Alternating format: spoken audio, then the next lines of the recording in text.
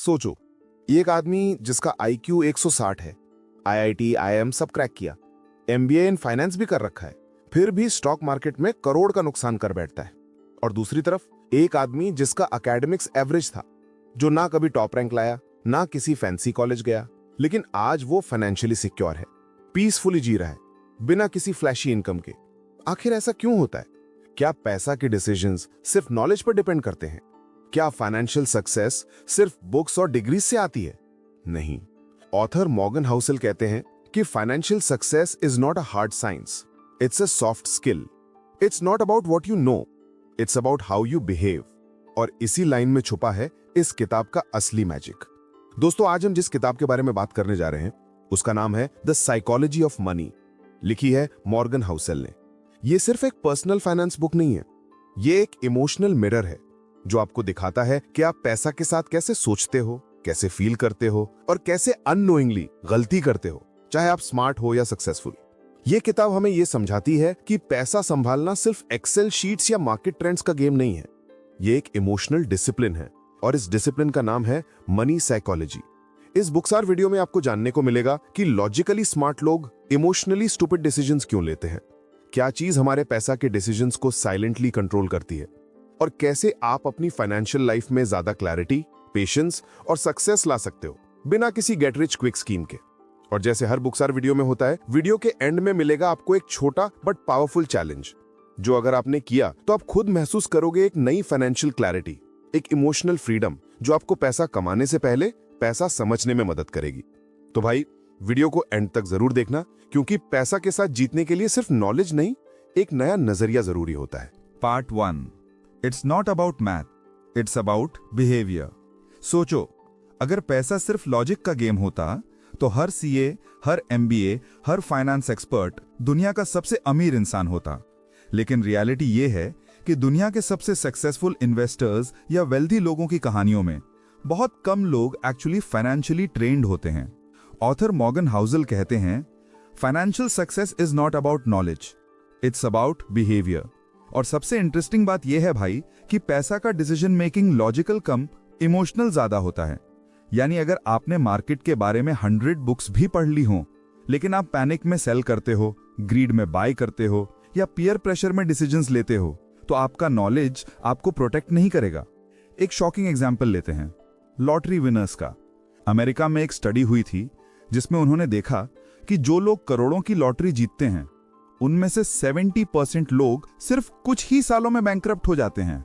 सोचिए, पैसा उनके पास था, किसी को 3 करोड़ मिले, किसी को 30 करोड़, फिर भी एंड में 0, क्योंकि पैसा उनके हाथ में आ गया, लेकिन मनी बिहेवियर उनके अंदर डेवलप नहीं हुआ था। They had money but they didn't have discipline, patience या इमोशनल मैच्योरिटी। मॉर्गन कहते हैं कि doing well with money has little to do with how smart you are and a lot to do with how you behave when you are not. यानी जब market गिरता है, जब आपका पोर्टफोलियो रेड में होता है, जब लोग चिल्लाने लगते हैं सेल एवरीथिंग, तो उस वक्त आप कैसे रिएक्ट करते हो, वही आपकी असली मनी साइकोलॉजी होती है। चलिए अब एक और एग्जाम्पल लेते हैं जो शायद आपको हिला दे। अमेरिका में एक जैनिटर था, Ronald Read, school drop out, simple life, पूरा जीवन एक जैनिटर की तरह काम किया, ना एक्सपेंसिव लाइफस्टाइल, ना कोई बड़ा बिजनेस। लेकिन जब वो 92 की एज में मरा तो लोग शॉक हो गए।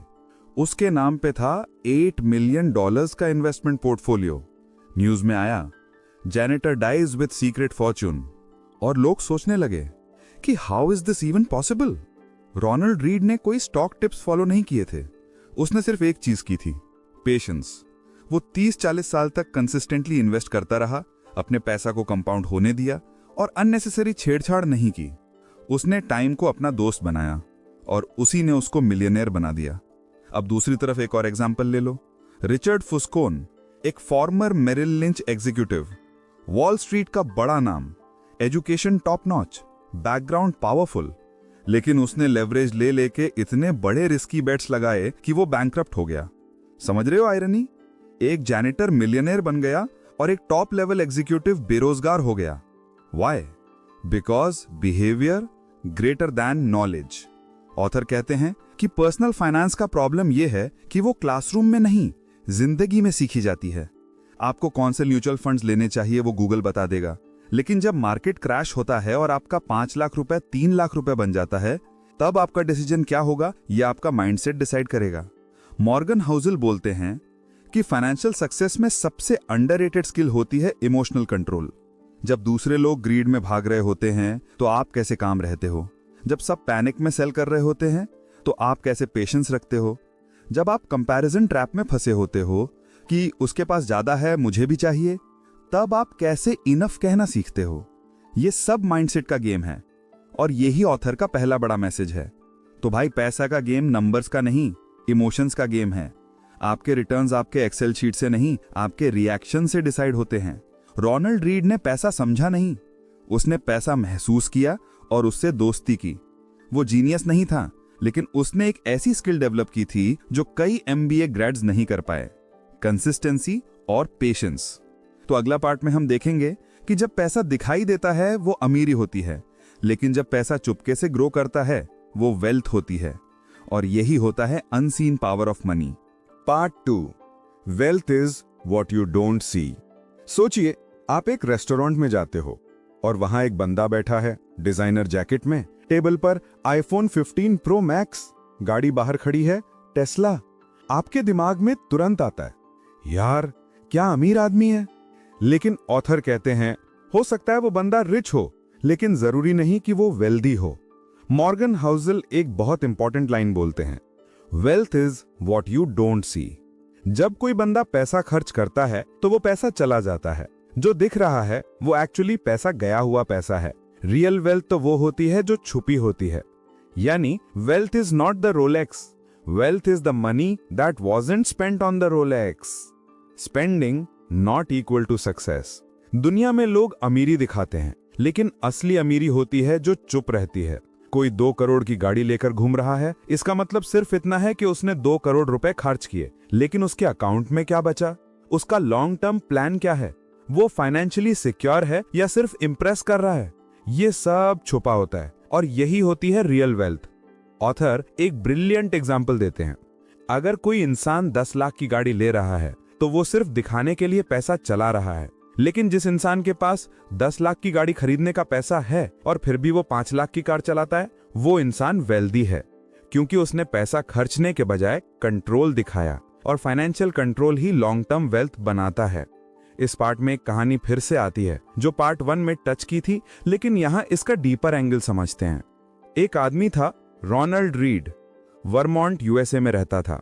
हाई स्कूल के बाद पढ़ाई छोड़ दी, पूरे जीवन एक गैस स्टेशन और जैनेटर का काम करता रहा। कोई लग्जरी नहीं, कोई ब्रांड नहीं, सिंपल कपड़े, पुरानी कार, नॉर्मल लाइफ। लोग सोचते थे बेचारा सिंपल जीवन जी रहा है। लेकिन जब 92 साल की एज में उसकी डेथ हुई तो लोग लिटरली शॉक में चले गए। न्यूज में आया, janitor leaves behind an $8 million fortune. उसने डेकेड्स तक साइलेंटली इन्वेस्ट किया, किसी को बताया भी नहीं।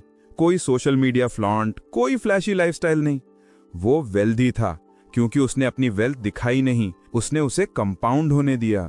मॉर्गन हाउसल एक क्लियर डिस्टिंक्शन देते हैं। रिच लोग वो होते हैं जिनके पास हाई इनकम होती है।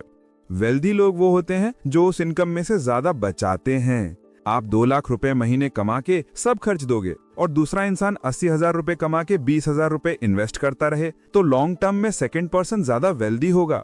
वेल्थ का मतलब होता है फ्रीडम। आप जॉब छोड़ सकते हो जब चाहो, इमरजेंसी आ जाए तो टेंशन नहीं, किसी की परमिशन की जरूरत नहीं। Simply wealth is equal to option plus security plus time. और ये सब तब पॉसिबल होता है जब आप पैसा बचाते हो, दिखाते नहीं। ऑथर कहते हैं, spending money to show people how much money you have is the fastest way to have less money. जितना ज्यादा आप पैसा दिखाने में लगाते हो, उतना कम आपके पास होता है। ऑथर ये भी कहते हैं कि सोसाइटी में एक प्रॉब्लम ये है कि हम सिर्फ विजिबल सक्सेस देखते हैं, fancy car, foreign trips, luxury brands, लेकिन कोई क्वाइटली अपना SIP चला रहा है, इमरजेंसी फंड बना रहा है या अपने पेरेंट्स के रिटायरमेंट के लिए इन्वेस्ट कर रहा है, तो उसकी वेल्थ दिख नहीं रही होती। लेकिन वो लोग जिंदगी के रेस में आगे होते हैं बिना दिखाए। रोनाल्ड रीड इसलिए मिलियनेयर बना क्योंकि उसने अपना पैसा प्रिजर्व किया, उसने दिखावा नहीं किया, उसने सिर्फ एक काम किया, पेशेंस। तो दोस्तों, पैसा कमाना इंपॉर्टेंट है, लेकिन उसे चुपचाप संभालना उससे भी इंपॉर्टेंट है। आप रिच तब बनते हो जब आप पैसा खर्च करते हो, लेकिन आप वेल्दी तब बनते हो जब आप पैसा बचाते हो। Wealth is silent, rich is loud. और जो लोग सबसे ज्यादा दिखाते हैं, अक्सर उनके पास सबसे कम होता है। नेक्स्ट टाइम जब आप किसी फ्लैशी लाइफस्टाइल को देखें तो इंप्रेस होने से पहले सोचना, इज इट वेल्थ और is it spending?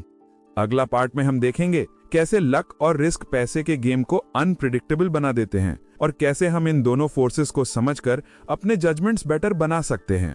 Part 3, luck, risk and the illusion of control. दुनिया में दो बंदे सेम एफर्ट डालते हैं, same hard work, same planning, लेकिन एक सक्सेसफुल हो जाता है और दूसरा फेल। क्या इसका मतलब है कि जो सक्सेसफुल हुआ वो स्मार्टर था और जो फेल हुआ उसने गलती की? ऑथर मॉर्गन हाउसल कहते हैं नो।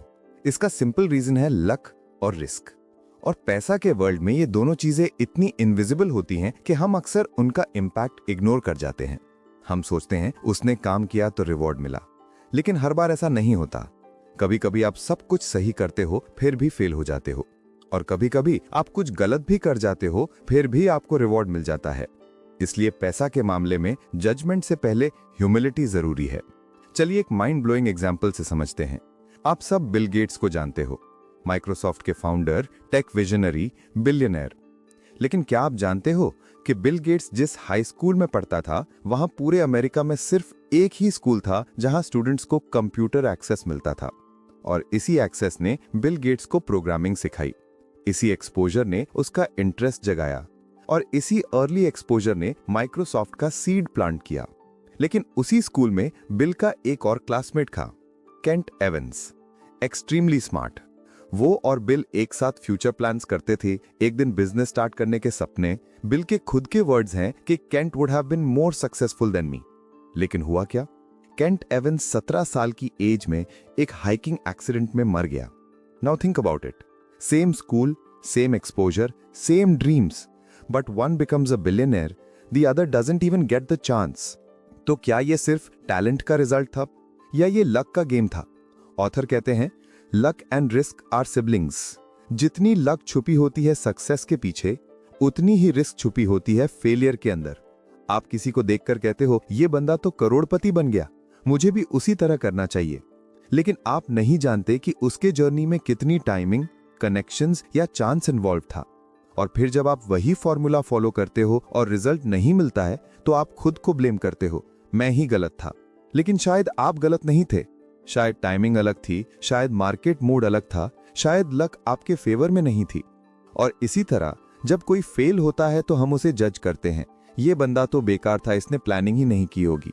बट मे बी उसने सब कुछ सही किया हो, बस एक अनएक्सपेक्टेड रिस्क उसकी जर्नी में आ गया।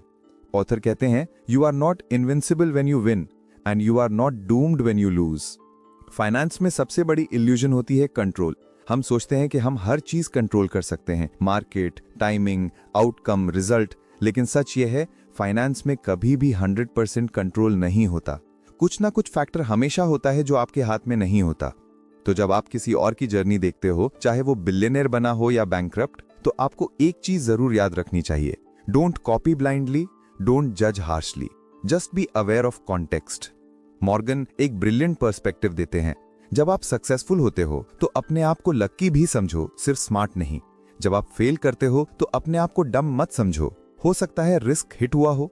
हम जब सक्सेस देखते हैं तो उसे ग्लोरीफाई करते हैं, और जब फेलियर देखते हैं तो उसे डिमोनाइज करते हैं। लेकिन जिंदगी में हर स्टोरी के पीछे चांस छुपा होता है।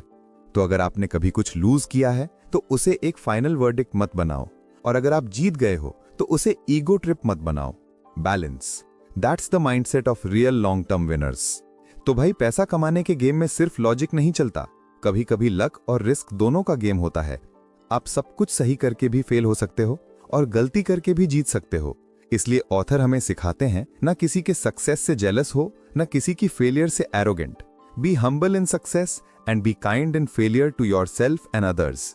अगले पार्ट में हम एक्सप्लोर करेंगे कि कैसे पैसा का असली जादू किसी एक बड़ा विन में नहीं, बल्कि कंपाउंड इंटरेस्ट जैसे बोरिंग साउंडिंग कॉन्सेप्ट में छुपा होता है, जो टाइम के साथ क्वाइटली आपको रिच बनाता है। Part 4, The Power of Compounding and Why We Ignore It। आजकल हर दूसरा बंदा ये सोचता है कौन सा स्टॉक 2x करेगा, कौन सा क्रिप्टो 10x पोटेंशियल वाला है, कहां पैसा लगाऊं कि 1 साल में बूम हो जाए। लेकिन पैसा बनाने का असली राज ना किसी शॉर्टकट में है, ना किसी सीक्रेट फॉर्मूला में। वो छुपा होता है एक ऐसे कॉन्सेप्ट में जो सुनने में बोरिंग लगता है, कंपाउंडिंग। और सबसे बड़ी बात यह है भाई, हम सब इसके इंपॉर्टेंस को जानते हैं फिर भी इग्नोर करते हैं, क्योंकि कंपाउंड ग्रोथ दिखने में स्लो होती है पर इफेक्ट में एक्सप्लोसिव। आपने नाम सुना ही होगा, वॉरेन बफेट, दुनिया के टॉप रिचेस्ट लोगों में से एक, इन्वेस्टिंग का गॉडफादर, ऑरेकल ऑफ ओमाहा। लेकिन क्या आपको यह फैक्ट पता है, वॉरेन बफेट की टोटल नेटवर्थ का 99% उसने 50 साल के बाद बनाया, और उसकी एक्चुअल फॉर्च्यून $80+ बिलियन वो 65 के बाद स्नोबॉल होने लगी। ऑथर कहते हैं, Warren Buffett secret is not his investment strategy, it's his time horizon. उन्होंने इन्वेस्टिंग तब शुरू की थी जब वो 11 साल के थे, और अब तक वो 90+ के हैं, मतलब ऑलमोस्ट 80 इयर्स ऑफ कंपाउंडिंग। जितने लोग उनके जैसे रिटर्न लाने की कोशिश करते हैं, उनको ये समझना चाहिए कि उनका एज नॉलेज नहीं, पेशेंस है। कंपाउंडिंग एक ऐसा फोर्स है जो शुरुआत में इनविजिबल लगता है, लेकिन टाइम के साथ वो अनस्टॉपेबल बन जाता है। इमेजिन करो एक सिंपल चार्ट। पहले 2-3 इयर्स तक तो लाइन ऑलमोस्ट फ्लैट लगती है, फिर धीरे धीरे कर्व बनता है, और एक पॉइंट के बाद वो सडनली रॉकेट की तरह ऊपर जाने लगती है। यही होता है कंपाउंड इफेक्ट, और यही होता है सबसे पावरफुल फाइनेंशियल फोर्स जो सिर्फ नंबर्स पे नहीं, डिसिप्लिन पे चलता है।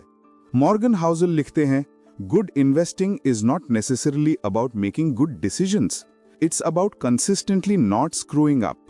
यानी आपको हर बार जीनियस बनना जरूरी नहीं, आपको सिर्फ कंसिस्टेंटली गेम में बने रहना है। दुनिया में कई लोग एक बड़ा विन ढूंढ रहे होते हैं, बस एक जैकपॉट मिल जाए। लेकिन ऑथर बोलते हैं, big wins are rare but small wins done repeatedly become wealth. एक इंसान जो हर महीने 5,000 रुपए SIP करता है और 25-30 साल तक बस छुपा के रखता है, वो लॉन्ग टर्म में उस इंसान से ज्यादा वेल्दी हो सकता है जो एक बार 5 लाख रुपए लगा के टाइमिंग मिस कर देता है। कंपाउंडिंग का मैजिक तब चलता है जब आप उसे टाइम और साइलेंस देते हो, जैसे रोनाल्ड रीड ने किया था। पार्ट 2 में जिस जेनिटर की बात की थी, ना हाई इनकम ना फ्लैशी लाइफस्टाइल, सिर्फ consistency and long term discipline. Emotional patience is equal to financial power. Author कहते हैं, your ability to stick to a plan for years is more powerful than finding the best plan for a few months. यानी plan perfect हो या ना हो, अगर आप उसे फॉलो नहीं कर पाए तो कोई फायदा नहीं। और प्लान फॉलो करने के लिए चाहिए होता है इमोशनल पेशेंस। पेशेंस जब मार्केट गिर रहा हो, पेशेंस जब आपके दोस्तों ने 2x रिटर्न्स शो किए, पेशेंस जब लगता है कि मैं स्लो चल रहा हूं। मॉर्गन हाउसल बार बार एक पॉइंट रिपीट करते हैं, success in finance is not about speed, it's about duration. जो लोग गेम में लंबे टाइम तक टिकते हैं वो ही असली विनर्स होते हैं। तो भाई, पैसा बनाने के लिए रॉकेट साइंस नहीं चाहिए, बस एक बोरिंग साउंडिंग कंसिस्टेंट हैबिट चाहिए, कंपाउंडिंग। वॉरेन बफेट ने कोई मैजिक नहीं किया, उन्होंने टाइम को अपना बेस्ट फ्रेंड बनाया। और अगर आप भी अपने पैसा को समय और शांति दोगे तो एक दिन आप भी वो एक्सपोनेंशियल कर्व फील करोगे। पैसा कमाने में जीनियस बनना जरूरी नहीं, बस गेम में लंबे टाइम तक प्रेजेंट रहना जरूरी है। अगला पार्ट में हम एक्सप्लोर करेंगे कि पैसा सिर्फ लॉन्ग टर्म गोल के लिए नहीं, फ्रीडम और पीस ऑफ माइंड के लिए भी सेव किया जा सकता है, चाहे आपके पास कोई फिक्स्ड प्लान हो या ना हो। Part 5, save money even if you don't have a goal. ज्यादातर लोग सेविंग तभी करते हैं जब उनके पास कोई स्पेसिफिक गोल होता है, जैसे कार लेना है, शादी का खर्चा है, बच्चों की एजुकेशन के लिए इन्वेस्ट कर रहा हूं। और अगर कोई गोल नहीं है तो लोग सोचने लगते हैं कि बिना रीजन के पैसा बचाने का क्या फायदा। लेकिन मॉर्गन हाउसल इस थॉट को तोड़ते हैं। वो कहते हैं, आपको हर रुपये सेव करने के लिए कोई एक्सक्यूज चाहिए, ये जरूरी नहीं है। सेविंग का असली पावर किसी एक फिक्स्ड गोल में नहीं होता, वो छुपा होता है फ्रीडम में। Saving equals freedom. ऑथर कहते हैं, savings is the gap between your ego and your income. यानी आप जितना अपना लाइफस्टाइल लो रखते हो और जितना ज्यादा पैसा साइड में रखते हो, उतना ही ज्यादा आपके पास ऑप्शंस होते हैं। और जब आपके पास ऑप्शंस होते हैं तो आप जिंदगी के प्रेशर में डिसीजन नहीं लेते, आप अपने पीस के बेसिस पे डिसीजन लेते हो। फॉर एग्जाम्पल, आप जॉब से अनहैप्पी हो लेकिन पैसा सेव किया है, तो आप जॉब क्विट कर सकते हो बिना स्ट्रेस के। कोई मेडिकल इमरजेंसी आई और आप प्रिपेयर्ड हो, तो आप पैनिक नहीं करते, कामली हैंडल करते हो। किसी फ्रेंड के स्टार्टअप में काम करना चाहते हो लेकिन सैलरी कम है, कोई बात नहीं, क्योंकि आप फाइनेंशियली स्टेबल हो। सेविंग आपको चॉइस देता है, और चॉइस ही होती है real financial freedom. Morgan Housel एक पावरफुल आइडिया इंट्रोड्यूस करते हैं, ऑप्शनैलिटी। वो कहते हैं, save money not just for the known future but also for the unknown surprises.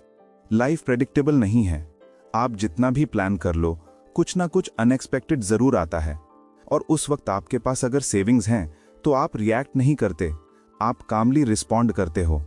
सोचिए, अगर आप सिर्फ गोल्स के लिए पैसा सेव करते हो और वो गोल चेंज हो जाए तो पूरा प्लान हिल जाता है। लेकिन अगर आप सेविंग को एक हैबिट बना लेते हो बिना किसी रिजिड पर्पस के, तो आपके पास हमेशा एक इमरजेंसी बफर होता है। Saving is like buying time, time to breathe, time to think, time to say no when the world forces you to say yes. Society में एक वियर्ड प्रेशर होता है कि अगर आप पैसा बचा रहे हो तो उसका कोई रीजन बताना पड़ता है। तू इतना सेव क्यों कर रहा है? तू लाइफ एंजॉय क्यों नहीं करता? तू कब पैसा यूज करेगा?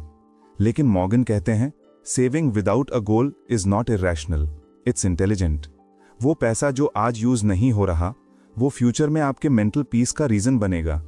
और सबसे इंटरेस्टिंग इंसाइट ये है कि जब आप पैसा सेव करते हो बिना किसी स्पेसिफिक वजह के, तो आप ज्यादा फ्लेक्सिबल हो जाते हो लाइफ के चेंजेस को एक्सेप्ट करने में।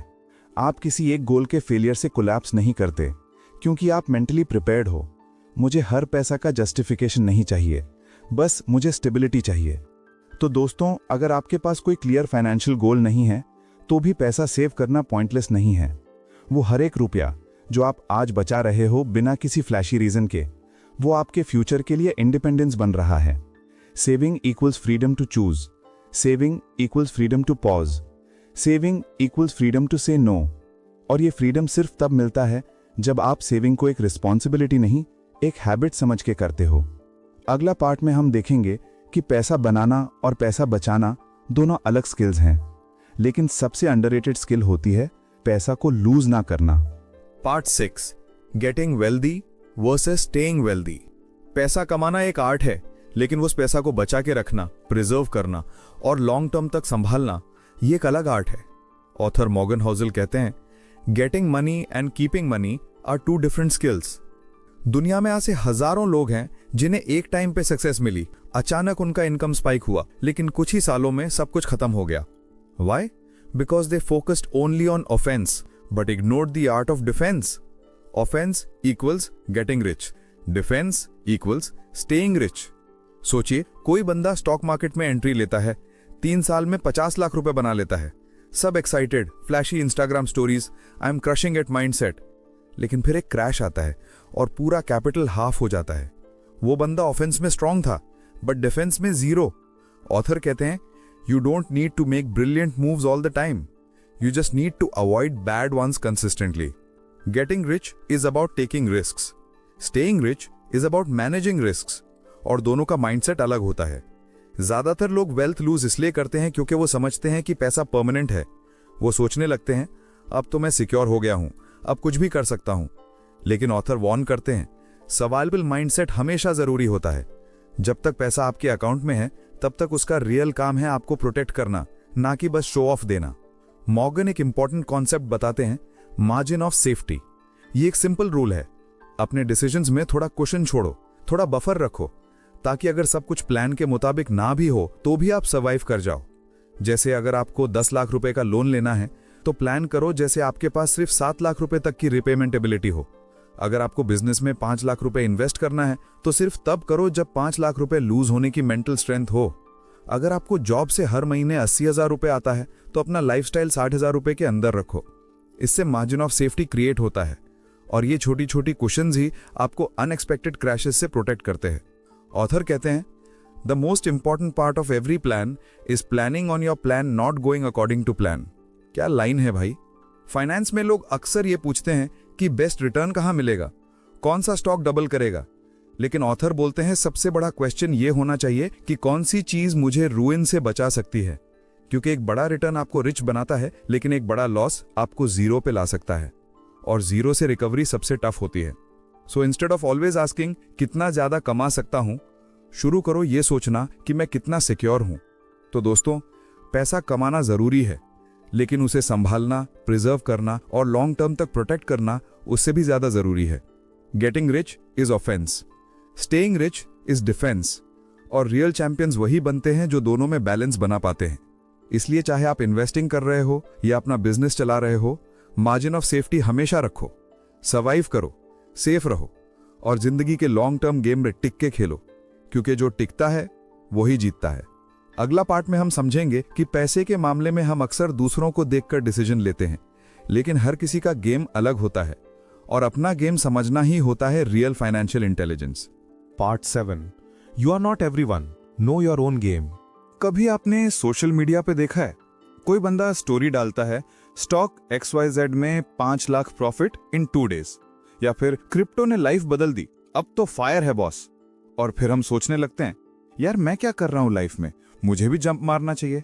लेकिन ऑथर मॉर्गन हाउसल कहते हैं, one of the most powerful rules in finance is you are not everyone. आपका गोल, आपकी रिस्क टॉलरेंस, आपकी लाइफ स्टेज, ये सब किसी और से डिफरेंट हैं।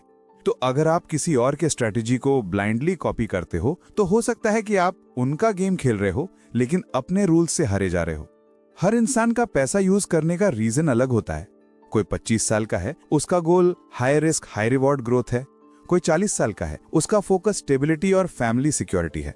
कोई रिटायर होने वाला है, उसे पैसा सेफ रखना है, डबल नहीं। लेकिन जब ये तीनों लोग एक ही इन्वेस्टिंग वीडियो देखते हैं या एक ही क्रिप्टो थ्रेड पढ़ते हैं तो उनका रिएक्शन सेम हो जाता है। मैं भी यही कर लेता हूं। ऑथर कहते हैं, people play different financial games, confusing their game for yours is a recipe for disaster. सोचिए, एक बंदा फुल टाइम डे ट्रेडिंग करता है, उसका गेम है क्विक मूव्स, मोमेंटम, टाइमिंग।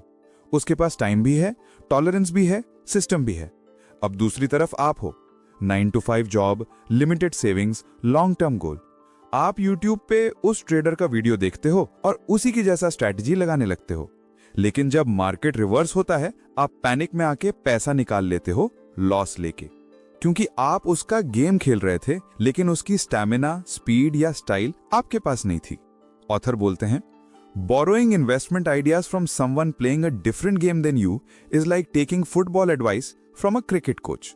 तो रियल फाइनेंशियल इंटेलिजेंस ये है भाई कि आप अपना गेम समझो।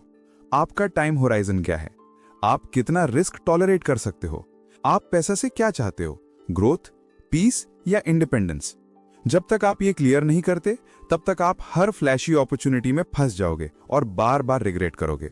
सो नेक्स्ट टाइम जब कोई दूसरा बंदा अपना पैसा का सक्सेस फ्लॉन्ट करे, रुक के सोचना, क्या ये मेरा गेम है या सिर्फ नॉइज है।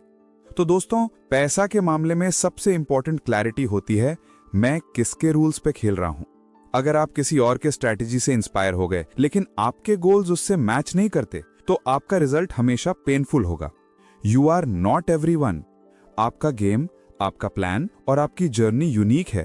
तो अपना फाइनेंशियल गेम खुद डिफाइन करो और उसी पे कामली और कंसिस्टेंटली प्ले करो। अगला पार्ट में हम देखेंगे कि पैसा का सबसे डेंजरस ट्रैप होता है और ज्यादा चाहिए, और कैसे इनफ कहना सीखना आपको फेलियर से ज्यादा ग्रीड से बचाता है। Part 8, the most powerful financial skill is contentment. आज के जमाने में सब कुछ स्केल पे मेजर होता है। कितना कमा लिया, कितने फॉलोअर्स हैं, कितने करोड़ का पोर्टफोलियो बन गया। और इस कंपैरिजन ड्रिवन दुनिया में एक वर्ड काफी अंडररेटेड है, इनफ। ऑथर मॉर्गन हाउसल कहते हैं, the hardest financial skill is getting the goal post to stop moving. यानी सबसे बड़ी स्किल यह है कि आप डिसाइड कर सको, बस अब मुझे और नहीं चाहिए। क्योंकि जब तक आपको इनफ का मतलब नहीं समझ आता, तब तक आप कभी सेटिस्फाई नहीं होते, चाहे कितना भी पैसा कमा लो। और जब सेटिस्फैक्शन नहीं होती, तब ग्रीड आपको कंज्यूम करने लगती है। ऑथर एक बोल्ड पॉइंट बोलते हैं, फेलियर से ज्यादा लोग ग्रीड की वजह से बर्बाद होते हैं। आपके पास ऑलरेडी सिक्योर जॉब है, लेकिन आप रिस्की ट्रेडिंग में पूरा सेविंग्स डाल देते हो क्योंकि और ज्यादा चाहिए। आप एक डिसेंट बिजनेस चला रहे हो, लेकिन बिना समझे एक्सपेंशन कर देते हो क्योंकि अब तो बड़ा बनना है। आपने 50 लाख का पोर्टफोलियो बिल्ड कर लिया, लेकिन क्रिप्टो के चक्कर में सब कुछ ओवरनाइट डबल करना चाहते हो और फिर हाफ वैल्यू पे एग्जिट करना पड़ता है। ग्रीड ऐसी डिजीज है जो इंसान को उस जगह भी रिस्क लेने पे मजबूर करती है जहां एक्चुअली जरूरत ही नहीं होती। मॉर्गन हाउसेल कहते हैं, if you don't know how to say enough, you will never feel rich no matter how much you have. Enough एक नंबर नहीं होता, वो एक माइंडसेट होता है। किसी के लिए 1 करोड़ इज इनफ, किसी के लिए 10 करोड़ भी कम पड़ जाते हैं। किसी के लिए फ्रीडम और पीस ही इनफ है। जब आप अपने लिए ये डिसाइड कर लेते हो कि मुझे इस पॉइंट के बाद और नहीं भागना, तब आप फाइनेंशियली नहीं, इमोशनली भी रिच फील करते हो। अब एक रियल लाइफ स्टोरी जो ऑथर ने हाईलाइट की है, जो ग्रीड वर्सेस कंटेंटमेंट का परफेक्ट कॉन्ट्रास्ट है। पहले नाम आता है रजत गुप्ता। IIT से पढ़ा, Harvard MBA, top consulting firm McKinsey का ग्लोबल हेड। एक टाइम पे दुनिया के टॉप इंडियन ओरिजिन बिजनेसमैन में नाम आता था। करोड़पति ऑलरेडी थे, पैसा, पावर, प्रेस्टीज सब था। लेकिन फिर एक गलती, इनसाइडर ट्रेडिंग। उन्होंने कॉन्फिडेंशियल इंफॉर्मेशन शेयर की थी एक हेज फंड के साथ, सिर्फ थोड़ा और पैसा कमाने के लिए। Result, jail, reputation gone, career over. Morgan कहते हैं, he had everything to lose and nothing more to gain, yet he risked it all. क्यों? Because he didn't know what enough meant. अब दूसरी तरफ फिर से नाम आता है रोनाल्ड रीड। हाँ, वही जैनिटर जिसका मेंशन हमने पहले किया था। पूरी जिंदगी सिंपल लाइफ जी, लो इनकम में भी इन्वेस्ट करता रहा और क्वाइटली 8 करोड़ का फॉर्चून बिल्ड किया। No shortcuts, no ego, no greed. वो रिच नहीं लगता था, लेकिन वो इमोशनली वेल्दी था, क्योंकि उसने कब का सीख लिया था, मेरे लिए ये इनफ है। तो भाई, पैसा कमाना इंपॉर्टेंट है, लेकिन उस पैसा से संतुष्टि पाना उससे भी बड़ा काम है। जब तक आप और चाहिए के लूप में फंसे रहोगे, आप कभी सिक्योर फील नहीं कर पाओगे, चाहे कितने भी जीरोज हों अकाउंट में। Enough is peace, enough is maturity, enough is real wealth. तो अपने लिए एक ऑनेस्ट सवाल जरूर पूछना, मुझे और चाहिए या बस अब जीना चाहिए। अगला पार्ट में हम करेंगे फाइनल रैप अप। बुक का सबसे डीपेस्ट मैसेज डिस्कस करेंगे, वो एक लाइन जो हर फाइनेंशियल डिसीजन के वक्त याद रखनी चाहिए। पार्ट 9, बुक का deepest message, big picture wisdom. दोस्तों, द साइकोलॉजी ऑफ मनी की सबसे बड़ी ताकत किसी फाइनेंशियल फॉर्मूला, टिप या स्ट्रैटेजी में नहीं छुपी है। इसकी असली ताकत छुपी है एक सोच में। ऑथर मॉर्गन हाउसेल बार बार एक ही बात बोलते हैं, finance is not about brilliance, it's about behaviour. यानी पैसा का गेम जीतने के लिए आपको जीनियस बनने की जरूरत नहीं, आपको सिर्फ इमोशनली ग्राउंडेड रहना आना चाहिए। क्योंकि जब मार्केट गिरता है, जब लोग पैनिक में बेच रहे होते हैं, जब आपके आसपास के लोग ओवरनाइट रिच दिख रहे होते हैं, तब आपका पेशेंस, डिसिप्लिन और डिसीजन मेकिंग यही डिसाइड करते हैं कि आप कैसे रिएक्ट करोगे। टाइम, पेशेंस और ह्यूमिलिटी, ये 3 क्वालिटीज ही हैं जो किसी भी इंसान को फाइनेंशियली स्ट्रांग बनाती हैं। टाइम, आप जितना ज्यादा टाइम गेम में टिकोगे, उतना ही कंपाउंडिंग आपका बेस्ट फ्रेंड बन जाएगा। पेशेंस, जब आप ओवर रिएक्ट नहीं करते तो आप गलतियों से बच जाते हो और वही लॉन्ग टर्म सक्सेस बन जाता है। ह्यूमिलिटी, जब आप ये मान लेते हो कि आप सब कुछ नहीं जानते, तब आप गार्ड डाउन करते हो और प्रोटेक्ट हो जाते हो ग्रीड और ईगो से। मॉर्गन कहते हैं, the best financial plan is the one that helps you sleep well at night. तो जरूरी नहीं है कि आप सबसे ज्यादा कमाओ, लेकिन ये जरूरी है कि आप पीसफुली जियो। अगर इस पूरी किताब का एक सेंटेंस में सार निकाला जाए तो वो ये होगा कि don't try to be the smartest with your money, just try to be the calmest. पैसा का असली पावर तब दिखता है जब वो आपको कंट्रोल नहीं करता, बल्कि आप उसे कामली और वाइजली हैंडल करते हो। तो दोस्तों, द साइकोलॉजी ऑफ मनी हमें ये नहीं सिखाता कि पैसा कैसे कमाया जाए, ये सिखाता है कि पैसा के साथ कैसे सोचा जाए। ये एक फाइनेंस बुक कम और एक मिरर ज्यादा है, जो हमें दिखाता है कि हम अपने ही इमोशनल पैटर्न से कैसे अपना फ्यूचर डिसाइड कर रहे होते हैं। और अगर आपने इस वीडियो में कुछ भी फील किया हो, तो अब टाइम है एक छोटी सी एक्शन लेने का। आज की वीडियो के बाद सिर्फ एक बार खुद से ये सवाल पूछो कि मेरे लिए इनफ क्या है? क्या मैं पैसा कमा रहा हूं या किसी और का गेम चेज कर रहा हूं? क्या मेरी फाइनेंशियल डिसीजंस मेरे पीस के हिसाब से हो रही हैं या ग्रीड के प्रेशर में? क्या मुझे पता भी है कि मुझे और कितना चाहिए, या मैं बस भाग रहा हूं? और अगर जवाब क्लैरिटी नहीं देता, तो बस एक काम करो, एक पेज लो और लिखो कि तुम्हारे लिए फाइनेंशियल फ्रीडम का मतलब क्या है। Not for anyone else, just for yourself. ये छोटी सी प्रैक्टिस सिर्फ 10 मिनट की आपके दिमाग में एक काम सा स्पेस बनाएगी, जहां से आप नेक्स्ट फाइनेंशियल डिसीजन ज्यादा क्लियर माइंड से ले पाओगे। दोस्तों, इस पूरी किताब का एसेंस ये था कि पैसा का असली गेम नंबर्स का नहीं, माइंडसेट का होता है। और अगर आपका माइंडसेट क्लियर है तो आप ग्रीडी नहीं होते, ग्राउंडेड होते हो, फियरफुल नहीं होते, फोकस्ड होते हो। और यही होती है फाइनेंशियल मैच्योरिटी। तो अगर ये वीडियो ने आपको कुछ भी वैल्यूएबल दिया हो, तो एक नई सोच, एक नया एंगल या एक छोटी सी रियलाइजेशन, तो भाई एक लाइक जरूर करना, ताकि हर हफ्ते हम मिल सकें एक और लाइफ चेंजिंग किताब के साथ। कमेंट में जरूर बताना आज के चैलेंज में आपके इनफ का मतलब क्या निकला। मैं हर कमेंट जरूर पढ़ूंगा। अगले वीडियो में मिलते हैं एक और इंसाइटफुल जर्नी के साथ। तब तक के लिए अपना ध्यान रखो, अपने पैसा का भी और अपने पेशेंस का भी। और याद रखना, स्मार्ट बनना इजी है, लेकिन काम रहना ही असली इंटेलिजेंस होती है।